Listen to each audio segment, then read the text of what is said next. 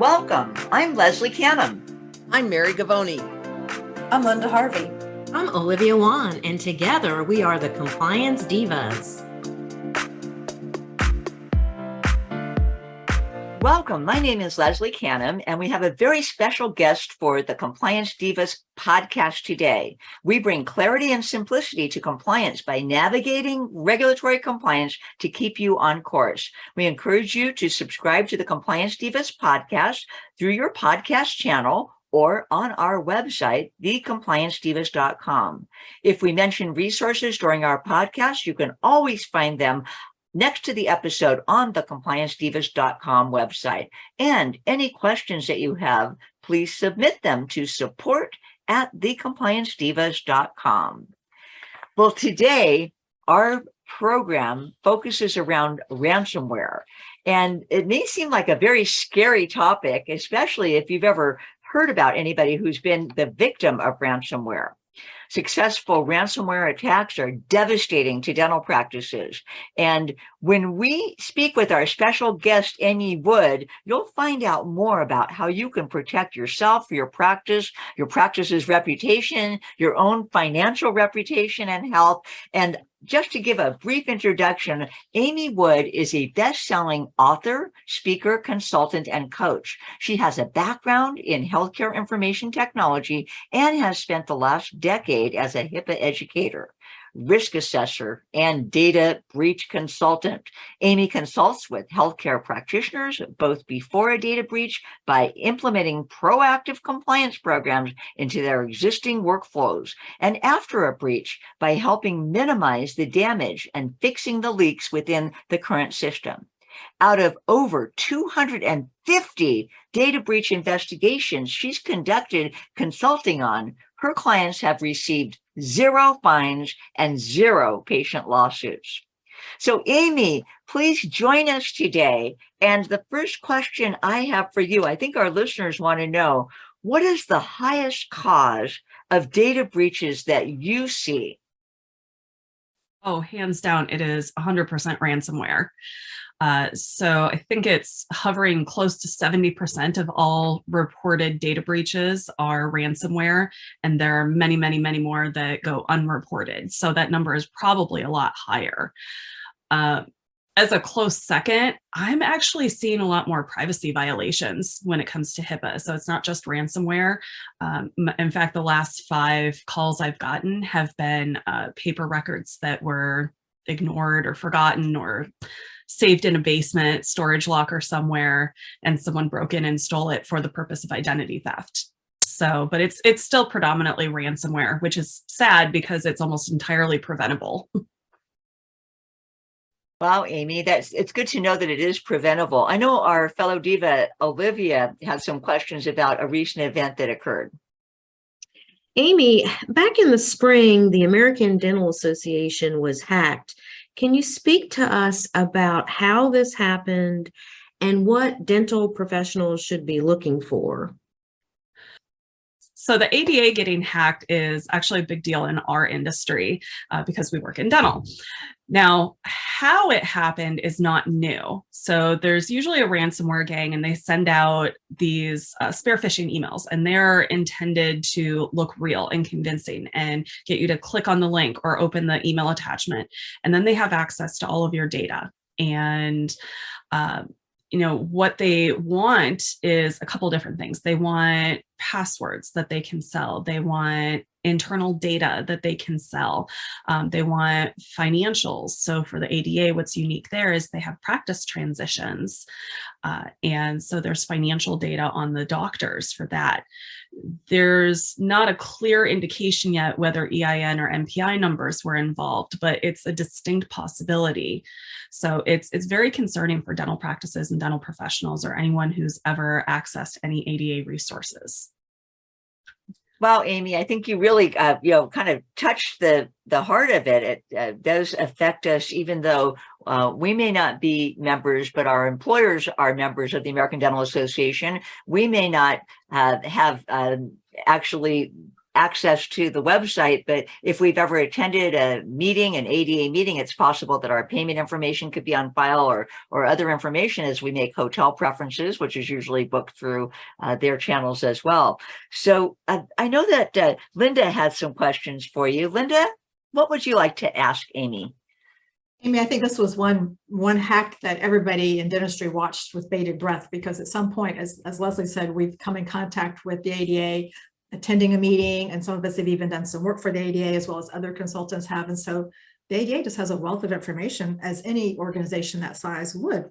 So can you tell us a little bit more about why the hackers are going after that information? And then also, what should dentists, dental professionals, or ADA members do to protect themselves? Sure.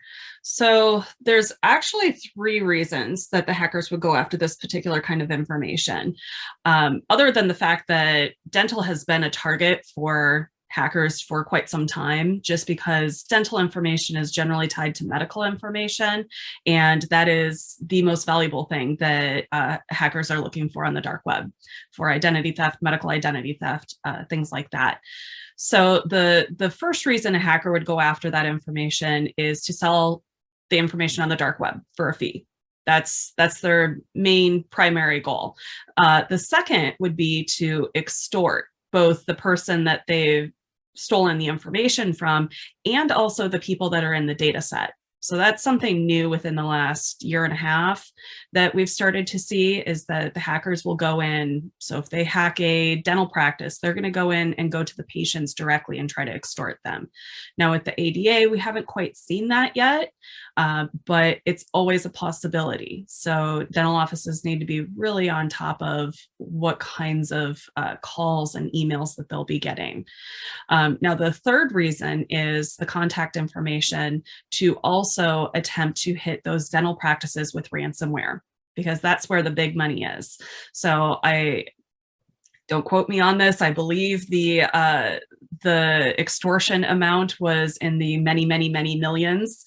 I don't have an exact number, but it was a larger target. So it's generally a larger number that's asked for. And usually in a situation like that, the person who got ransomware is able to try to negotiate with the hackers, but it doesn't always go well. So as of right now, it looks like they're cooperating, and that information won't be leaked further, which is a good thing. That's good for dental professionals. So the things that people can do to protect themselves: the very second the ADA website is fully back up, I believe there are still portions of it that are not active as of today's date, but changing your password and making it unique, not reusing it. I know recycling is good in some cases, but definitely not with passwords. Making it something completely unique from anything else you use. Looking at your statement for unusual activity on the payment method that you use to pay your dues. And that's same if you pay your dues on the state or local level. I believe most of those are lumped together for your state level association and your local component. So making sure you check that payment method, and definitely training your team on what to look for with fake emails. And trust me, they are getting really, really good. I've even had to stop a few times. I teach this, I know it inside and out, and there have been a few I've had to stop and say, that one's really, really good. I almost fell for it. Investing in spear phishing campaigns are great. And what they will do is they'll send you phishing emails to test the whole team. And programs like that are not new, and they're fairly inexpensive compared to the cost of dealing with ransomware, extortion, and even a full-on data breach investigation, plus the embarrassment of being down and not being able to see your patients. And then the last thing I would say for people to protect themselves is just to remind everyone that security and cybersecurity is part of HIPAA compliance and has been since 2009. So getting your practice compliant with HIPAA, both privacy and security, will actually go a really long way to keeping your practice safe. Amy, that's incredible information. And I think so many times people in dentistry think HIPAA compliance means having a patient sign a form that says that they understand your notice of privacy practices.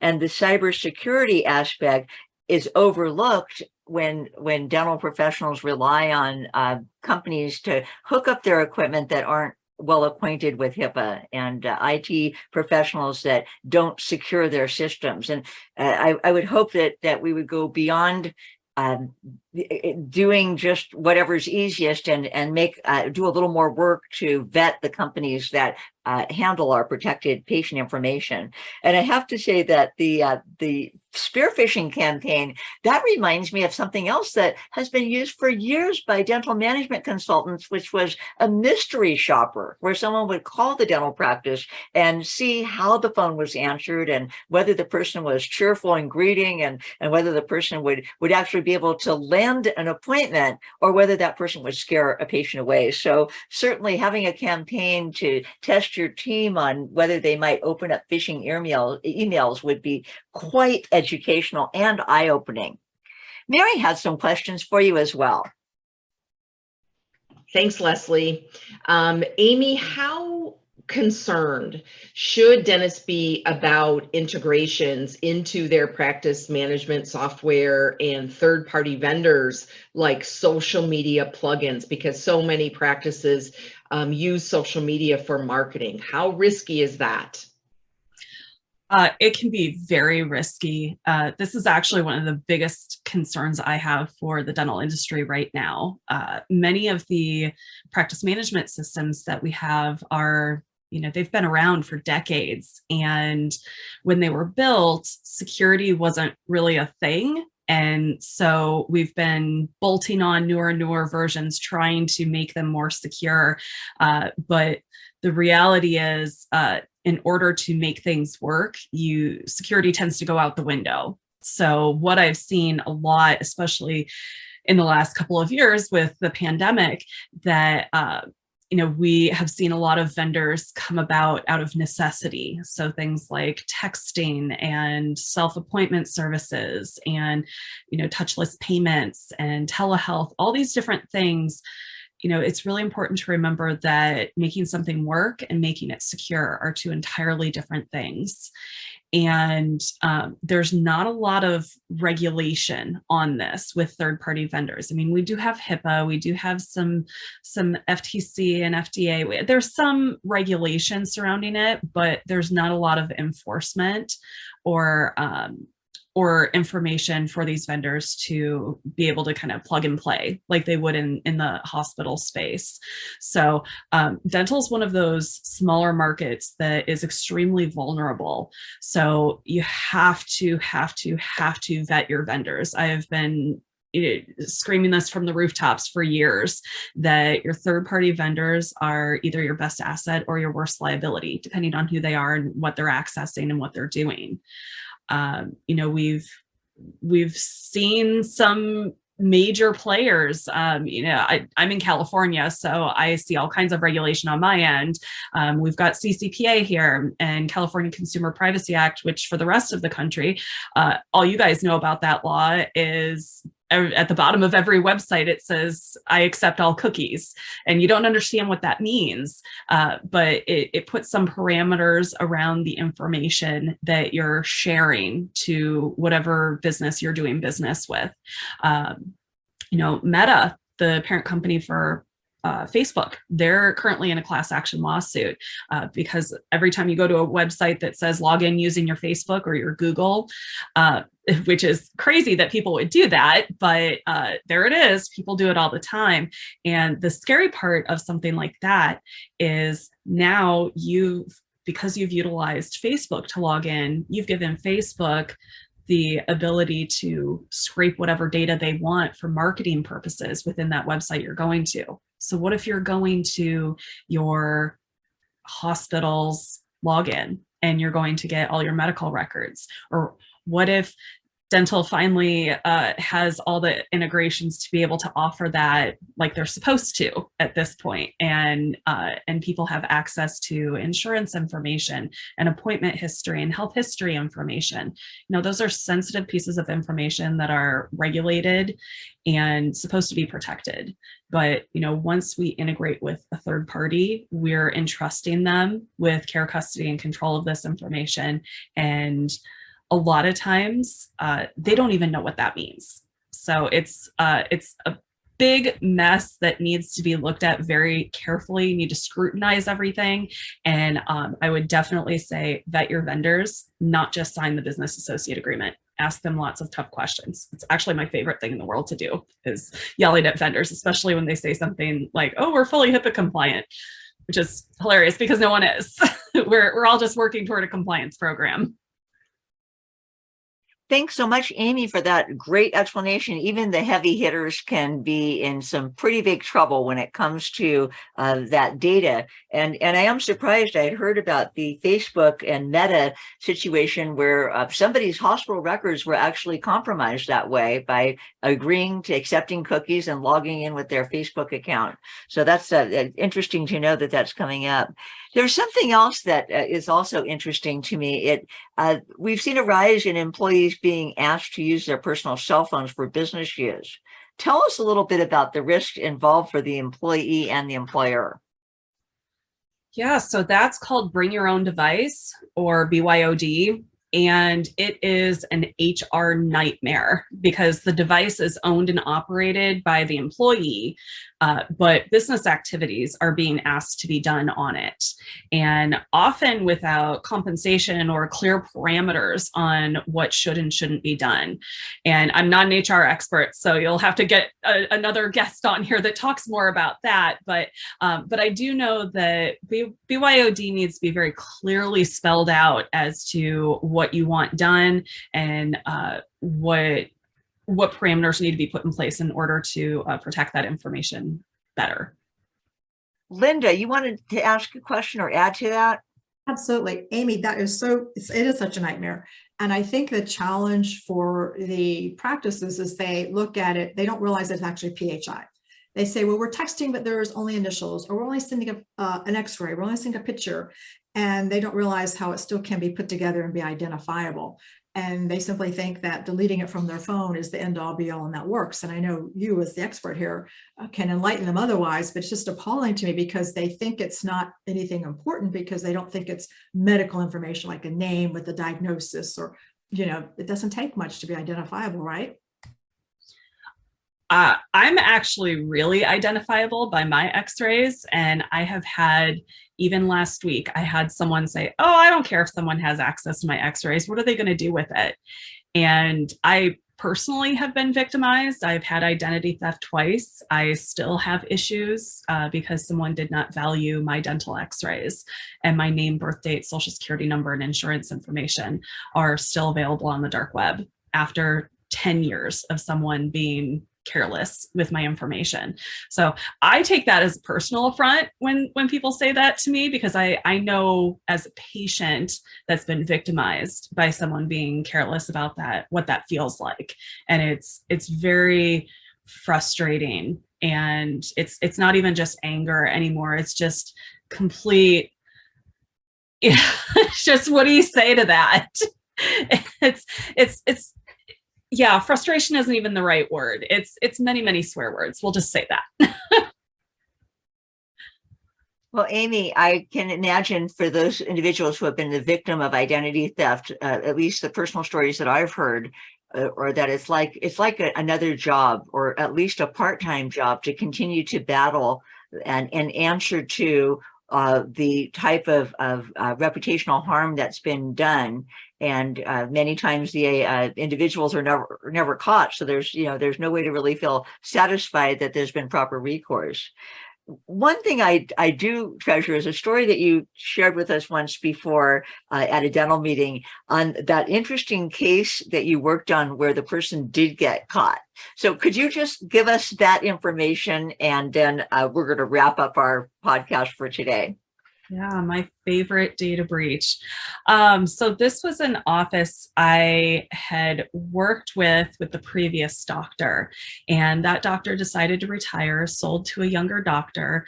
It turns out that the front desk team member had been embezzling for a long time, and the previous doctor didn't know any better. Didn't really look at the financials very closely. And so this person was able to embezzle for quite some time.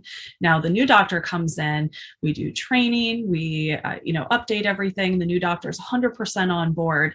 And then the new doctor started looking at the numbers a little more closely because of course she's up to her eyeballs in debt. And so every penny counts in that kind of situation. And we had just done training, and 2 days later, I get a frantic call from the doctor saying, someone broke into my office, they stole a laptop, they stole about 25 paper records because they were still hybrid, they were still between computers and paper, and I don't know what to do. I'm freaking out. So I go there still in my pajamas just to try to calm the doctor down. And I'm talking to the police officers, and I'm waiting for my tech guys to let me know what they see, if anything was out of the ordinary, because that's just standard protocol in a crime scene, in a forensic situation. And every digital trail is part of that investigation. Same with ransomware. It is a crime scene. And so while I was doing that, I got a call from my tech team, and they said, so I really don't want to tell you this, but it looks like the front desk team member had logged her cell phone into the staff Wi-Fi at about 2:00 this morning. When did you say the break-in was? And so in that situation, you just have to remember that home is where the Wi-Fi auto connects. Same thing with every place you've ever logged into Wi-Fi, it will always auto remember until you tell it to forget. And so in this case, technology created that audit trail, and it provided the evidence to, well, one piece of evidence anyway, to prosecute this individual. The second one was the police officer went to the gas station across the street and pulled the video footage. And so we were able to see this person's vehicle in the parking lot at the same time. So yeah, technology can help in a lot of ways. It certainly can. Well, Amy, we certainly appreciate your insights and your words of wisdom to help us in this crazy time when cyber attacks and phishing attacks, ransomware can be all around us. And even the most intelligent, the most thoughtful, the most detail-oriented, and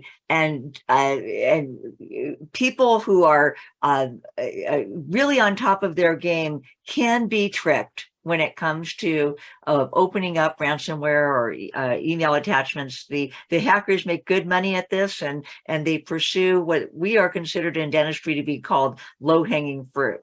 So thank you so much for joining us today.